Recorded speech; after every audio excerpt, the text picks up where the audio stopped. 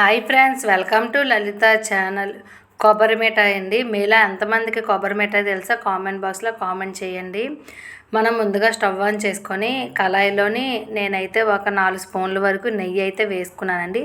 నెయ్యి వేసుకున్న తర్వాత ఈ కప్పుతోని ఒక కప్పు అయితే కొబ్బరికాయ ముక్కలు అయితే వేసుకున్నాను. ఇవన్నీ చూపించిన విధంగా ఒకే సైజులో కట్ చేసుకోవాలి. మనం పలచగా కట్ చేసుకుంటే ఈ కొబ్బరి మిఠాయికి అయితే చాలా బాగుంటుందండి. మా చిన్నప్పుడైతే ఈ కొబ్బరి మిఠాయి అయితే సిల్వర్ పళ్ళెంలో వేసుకొని పట్టుకొని వచ్చేవారండి. నెక్స్ట్ వచ్చేసి ఒక కప్పు కొబ్బరికాయ ముక్కలకి 3/4 కప్పు పంచదార అయితే వేసుకున్నాను. పంచదార వేసుకొని నెక్స్ట్ ఒక 1/4 కప్పు వరకు వాటర్ అయితే వేసుకొని చూపించిన విధంగా కలుపుకోవాలి. నేను పంచదార ఎందుకు వేసానంటే మా చిన్నప్పుడైతే ఈ కొబ్బరి మిఠాయి ఇలా పంచదారతో మాత్రమే చేసేవారండి. అందుకోసం మీకు కావాలి అంటే బెల్లం వేసుకొని చేసుకోండి. అందు గురించి నేను పంచదార అయితే వేసి అయితే మీకు నేనైతే వీడియో అయితే చేశానండి.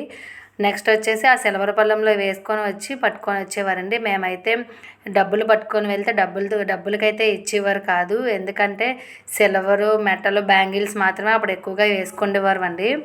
అప్పుడు ఆ బ్యాంగిల్స్కి మాత్రమే ఇచ్చేవారు, అమౌంట్కి అయితే ఇచ్చేవారు కాదు.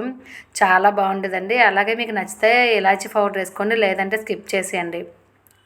నెక్స్ట్ వచ్చేసి ఒక ప్లేట్కి అయితే నెయ్యి అయితే అప్లై చేసుకున్నాను. నెయ్యి అప్లై చేసుకొని ఇగోండి ఈ పాకము దగ్గరకు వచ్చినంత వరకు మనం అలా చెక్ చేసుకోవాలి, అలా కలుపుతూ ఉండాలి. ఒక ప్లేట్లోని వాటర్ వేసుకొని ఇలా పాకం అయితే చూసుకోవాలండి. చాలామందికి అయితే తెలియదు, తెలిసిన వాళ్ళు ఏంటంటే పాకం తెలిసిపోద్ది.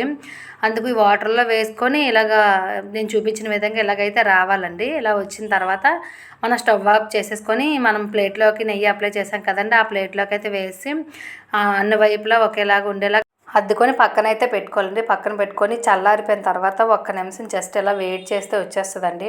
ఇప్పుడు జనరేషన్ పిల్లలకు తెలియదని చెప్పేసి వీడియో అయితే చేశానండి.